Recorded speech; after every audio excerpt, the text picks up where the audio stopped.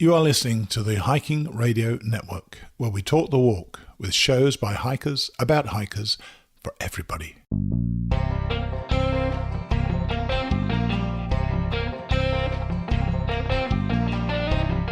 This is the Hammock Hangers Podcast, where we hang out and talk about everything from hammocks and hammock camping to the group hangs from around the country.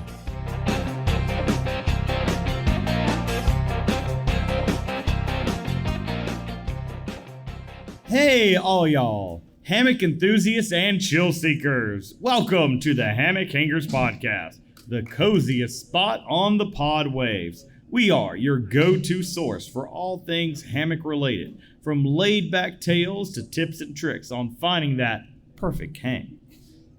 So, grab yourself a drink, kick back in your favorite hammock, and let's swing into some awesome conversation from HangCon 2024.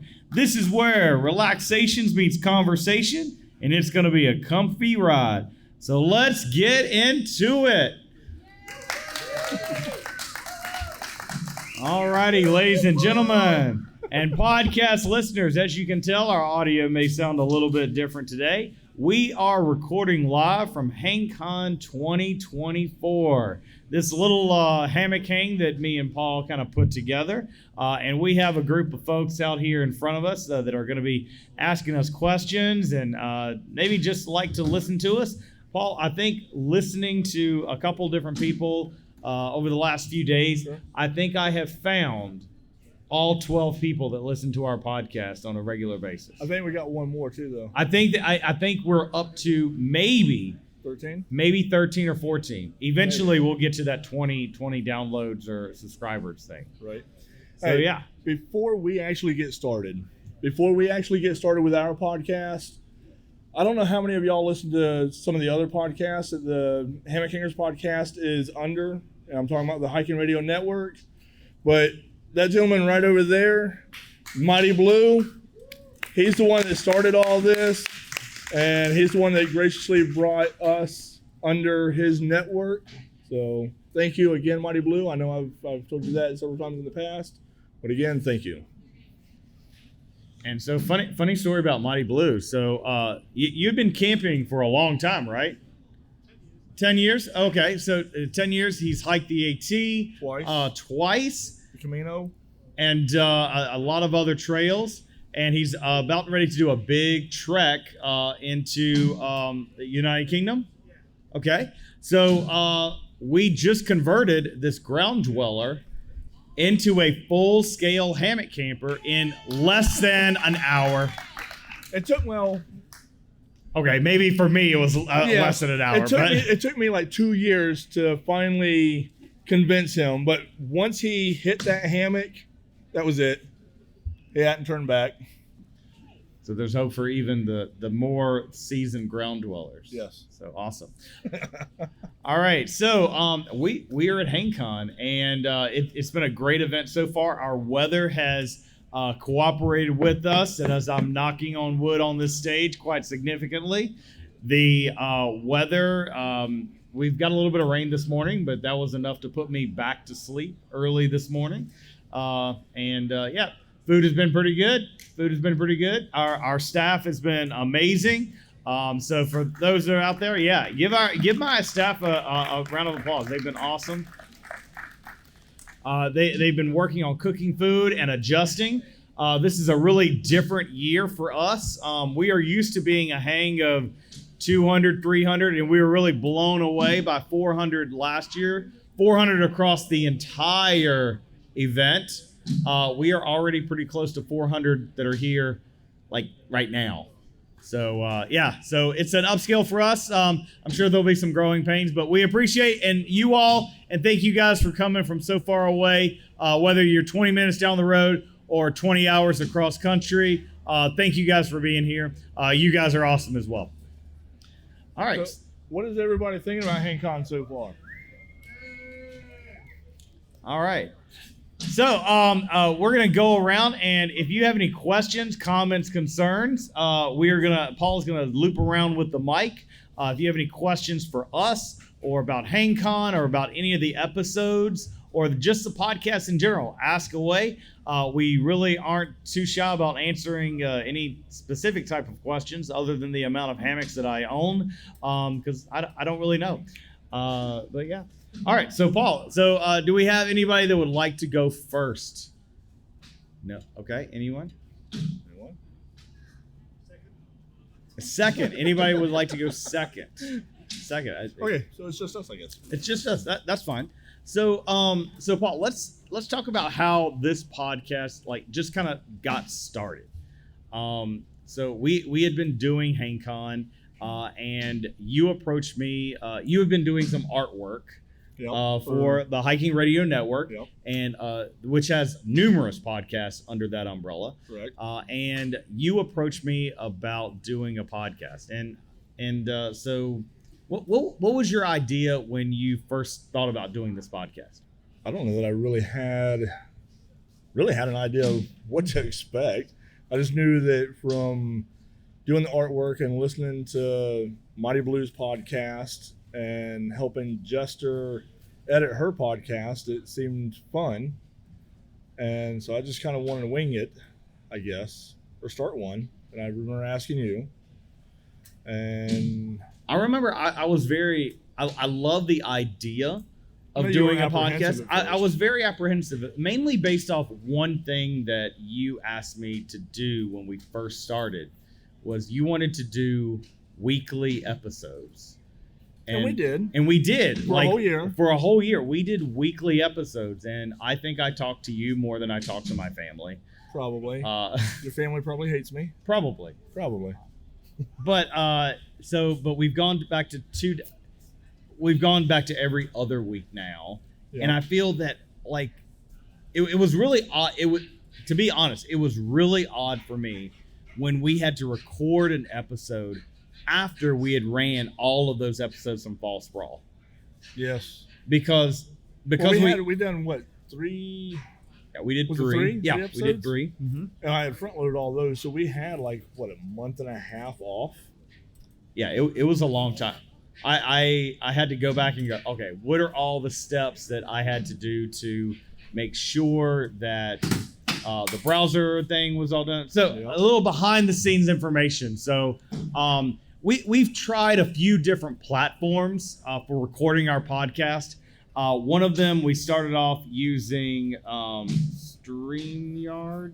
No, that's what we use now. Riverside. So Riverside, it worked great for Paul, but it didn't work good for me because the podcast recording app that we use for the podcast also has a video component. And while we don't use the videos for our podcast yet, we still like to see people because we don't like just talking to a screen or just into the air and not being able to see the person that we're talking to.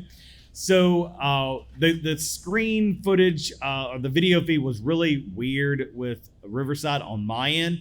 So we were on another podcast or a YouTube Live with Canoe Hound, which is a podcaster out of Canada, and had us on. And he was using the program that we use today, StreamYard.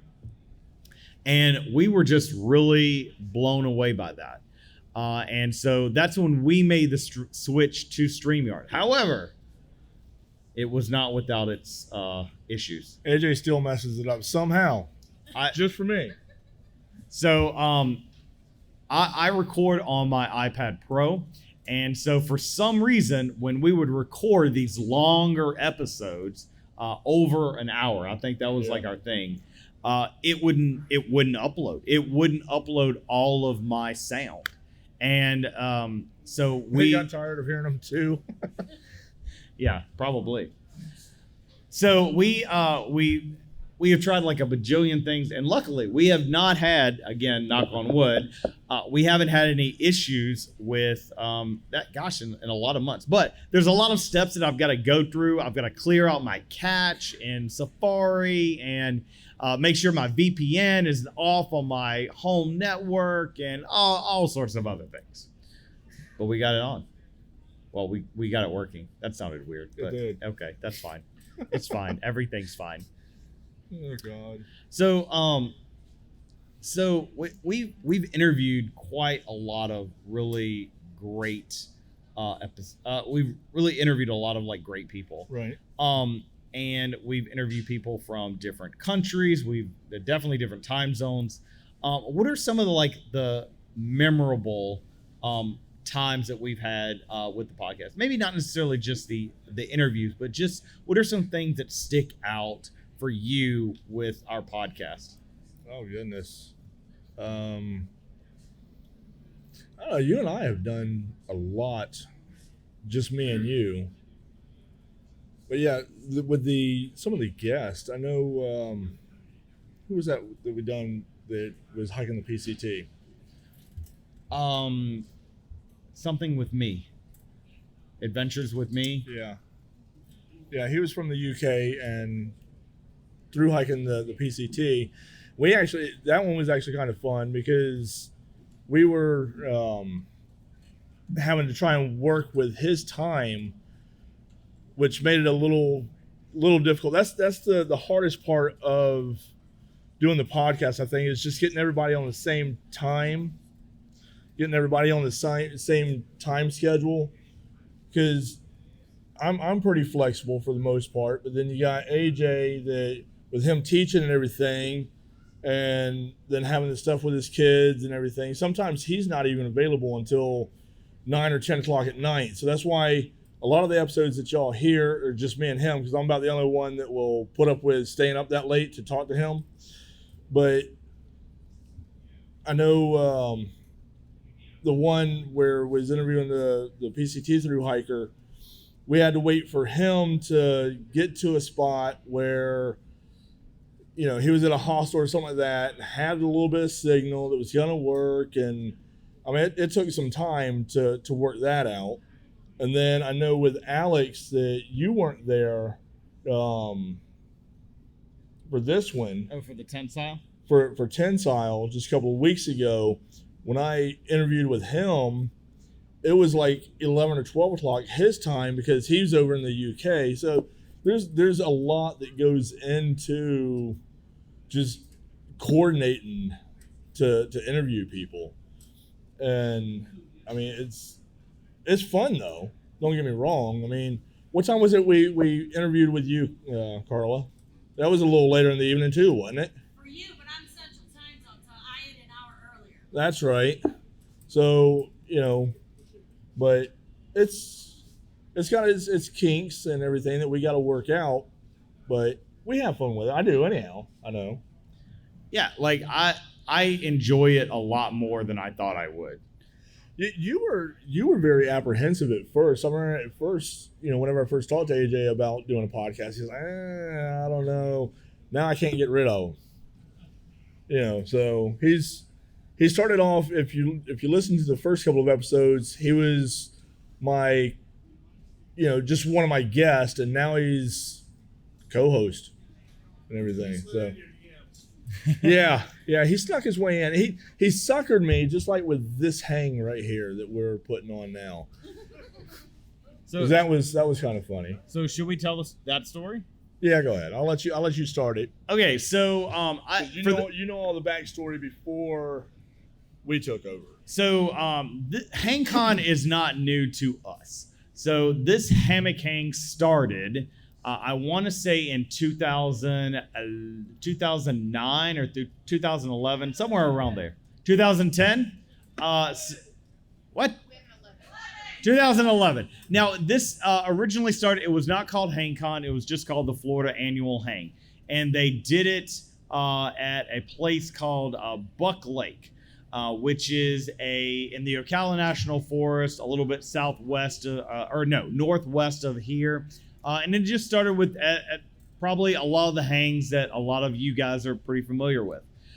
They outgrew Doe Lake, Buck Lake, and then they moved the event to a group campsite, or they use it for lots of other events called Doe Lake. And Doe Lake is really awesome. They've got a big lodge that we would use, and there's a huge, Doe Lake right in front of the lodge that you can go kayaking on. Everything is right there. The tree situation there was pretty good, but again, we're still looking at 200 to 300 people.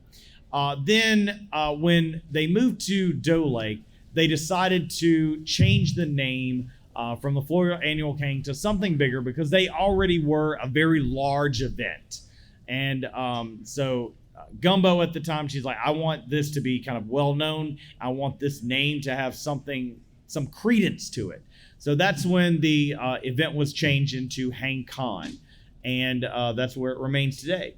Now, they had done the Florida Annual HangCon for about 10 years. They were transitioning to just kind of another stage in life. They will actually be here tomorrow, I believe. I think so. So you can kind of see the OGs of this event. They were transitioning to another stage in life, and they wanted to do more traveling, and they wanted to give this off. They said, if we can find someone to take it over, then that's fine. If this event dies, then that's fine too. They were at a perfect peace with it. They approached me one HangCon. I want to say it was 2020. Yep. And they were parked their RV at the back end of the campground. They invited me over. They fed me really good food, and then they were like, "Hey, we want you to take over HangCon. You already have a great group of people," which a lot of my staff, we were already really good friends, and we camped together throughout the year anyway. So they kind of came with me by default, whether they liked it or not. As one of them is right here. Yeah. So I agreed, and it was kind of odd because there had been rumors going around that Timber and Gumbo were going to stop doing HangCon, and we were camping at Hidden Pond, and one of my staff members said, "Well, you know you're going to take this over, right?" I was like, no, they haven't asked me. I would like to help out, but I can't run this thing. Like I just got. He's like, no, you're gonna take this over. No, I'm not. Well, that wasn't the case. I ended up taking it over. So I took over, transitioned as the leader at the end of 2020, and super excited about 2021, running HangCon for my very first time, and being utterly terrified of what that would mean. And this poor, unfortunate soul that I did not know from Adam. We had been to HangCon together, but we had not like formally met or anything. He just sends me a message saying, "Hey, would you like some help?" And I said, "Yes, please." And Paul came over to my house, and we just really clicked in a way that really has made our relationship so much better for not only just our working relationship for the podcast, but for HangCon as well. We still talk an immense amount, and we've not only become, like, we work really well together, and we've also become really good friends through the process. Although we kind of joke with each other that our love language is verbal abuse sometimes. But I really appreciate Paul, taking it on. He does a lot more work than he really gets credit for. I just say I kind of am like the face of everything sometimes. Not so pretty face, but Paul really does most of the work. Like the podcast, I just talk.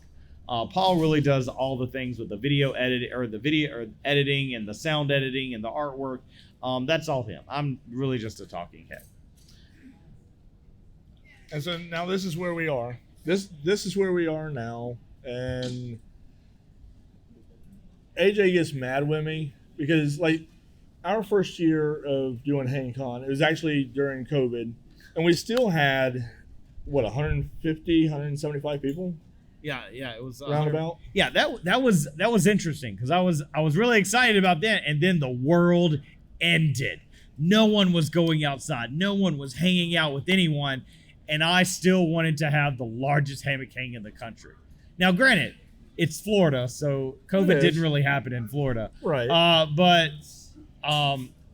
So we did it, and we there was a lot of like tweakings and things, but some of the things that we tweaked because of COVID, we actually really, really liked. It's worked out. It's worked out. But where AJ and I differ is, I think, from the very start, my idea for HangCon was a lot broader than his. And so after that first year, we got talking, and I told AJ I had a 5-year plan, and my 5-year plan was not his 5-year plan, I guess.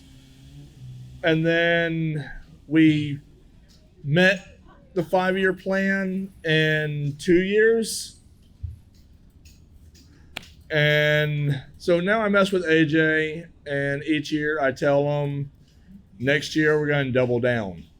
So we're at 800 this year, over 800 that have formally pre-registered. So next year I tell them we're going to do what, AJ? Double down. We're gonna go down in registrations. No, we're going to double down. So 1,600 next year. Right? Well, we have been given a hard number for the amount of people that this place will hold. Unfortunately, that number is like 2,500 people. So we still have a couple more years. We have a goal, I guess. Well, Paul has a goal. Again, this year is just something completely different. I really think just because HangCon has grown and grown so rapidly since we have taken it over, that my biggest fear with our growth is that we would lose that sense of community that really was what gave me this sense of community with the event. I remember going to my very first HangCon and saying, hey, after this is going to be on my calendar every single year. I'm going and hanging out with these people that I have no idea who they are from Adam. I have seen them on the internet, and they've ended up becoming some of my closest friends, growing and sharing different experiences, and not just my crew, which I've done that as well. Looking around, Nick, you and your wife, and Richter as well. And I'm looking around like Paul and a lot of you guys, and also getting really good, close relationships with vendors. Where else could you go and actually physically have a conversation with the person that is putting needle to thread and sewing your quilts or your hammocks or your tarps? It's just something special.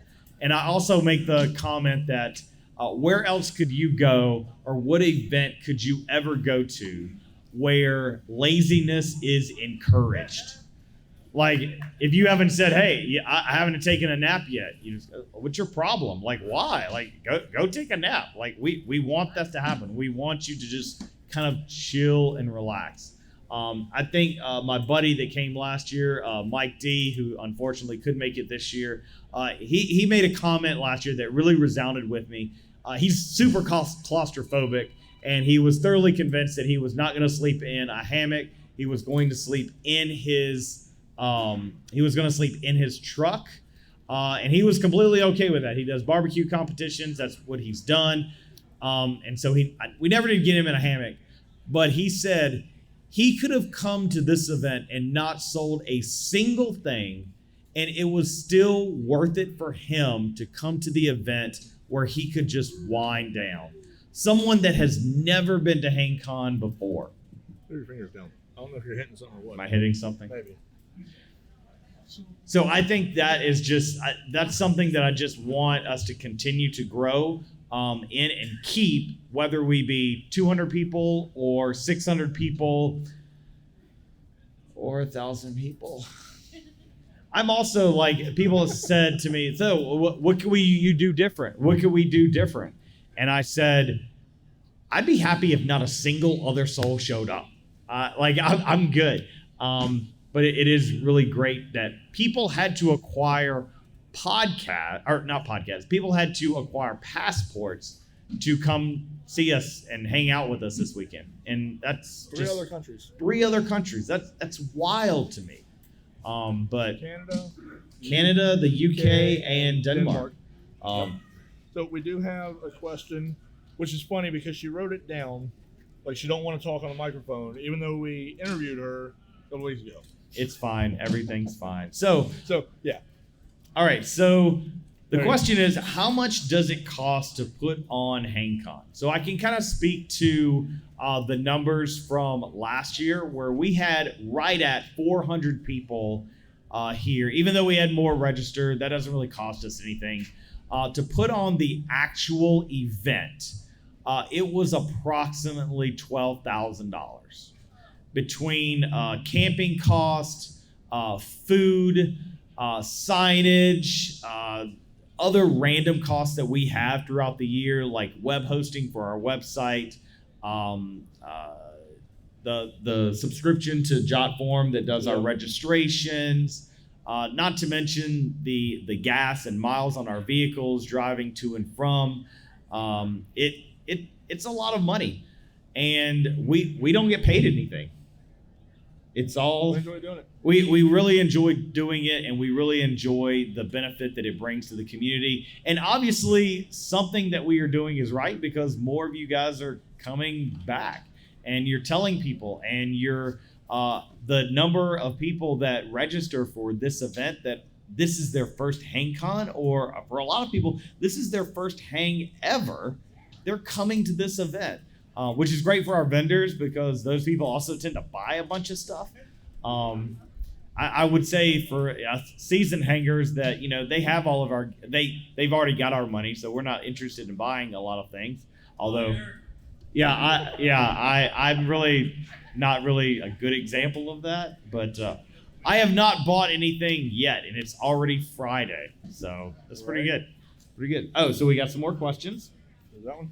Okay, did you ever foresee the need to cap attendance to keep the family vibe alive? This is a really great question, because this has been a really important question, and one that has popped in my head. Like, what does this look like? You go to smaller hangs. I remember my very first hang was at the Summer's Last Gas. We had maybe 15 to 20 people. That had a really great, cool vibe. We go to, a lot of our people go to a lot of the Palmetto State hangs throughout the year, which if you live in South Carolina or anywhere near South Carolina, or be willing to drive to South Carolina, they're an amazing group of people. And there's no animosity at all, like, oh, that's a South Carolina group, like we've got to compete. I don't want to compete with them. I want to drink scotch with them. That's what I want to do. I want to hang out with them. I want to kind of relax with them. It's no competition, and I love those people all together. I wish I could go to some more hangs. Like, I am super, super jealous that Maha is just far enough away that I really am like, it's not a long weekend. That's like a 14-hour drive for me. One day I'm going to get it up there, because those folks are awesome. I'd love to get to Trailheads up in Ohio. There's other few, like there's 2 hangs in Virginia that I really want to go to, which is actually where I grew up. But just that the hammock community is just a type of community that no other group or no other organization or no other activity have I ever been to that has that type of closeness and not animosity. Okay,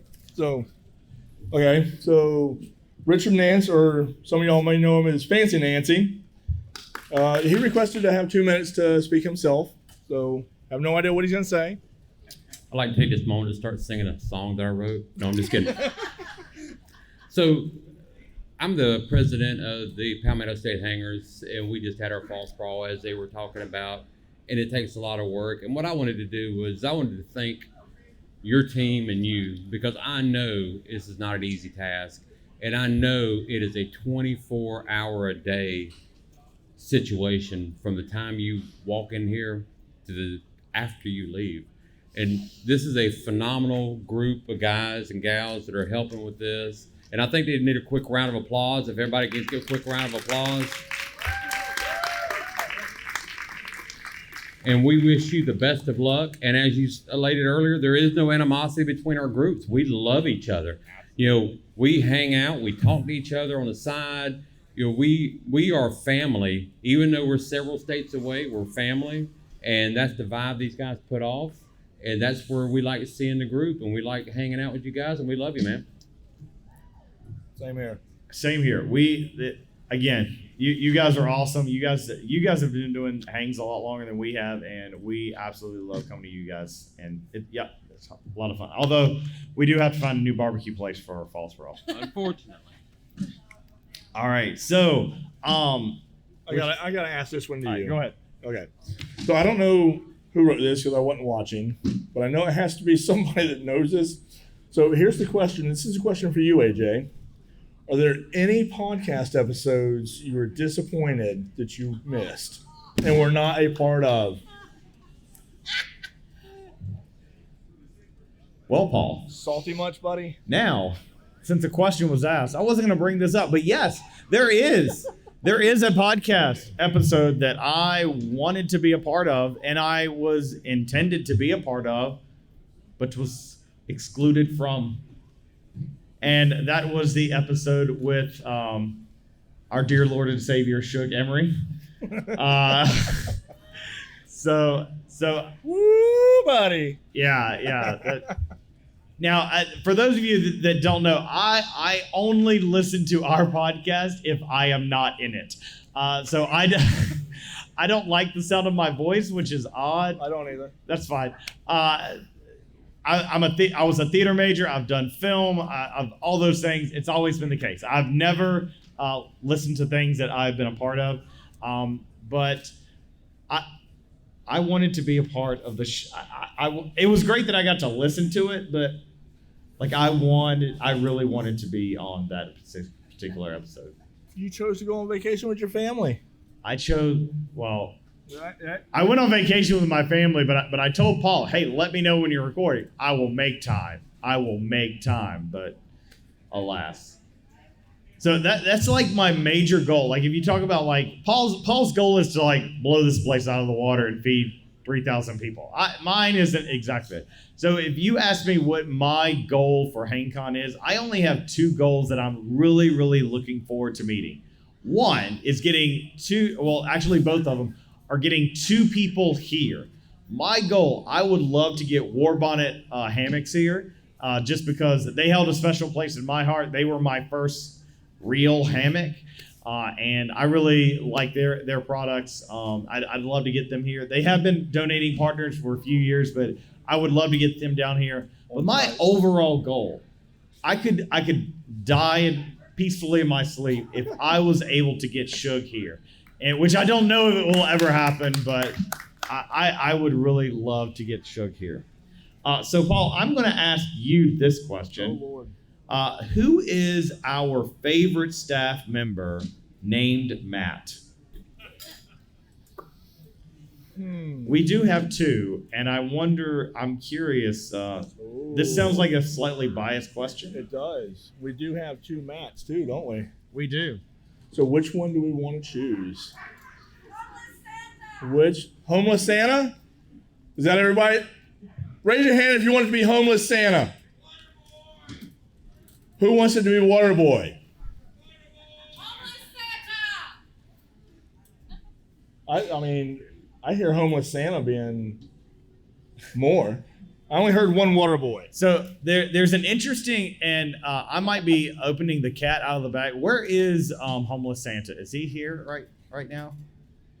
Well, this makes it even better. He's not here, so it won't we be. Can talk about him. So he might not know this, but Homeless Santa had another trail name that he didn't know about up until maybe at this moment.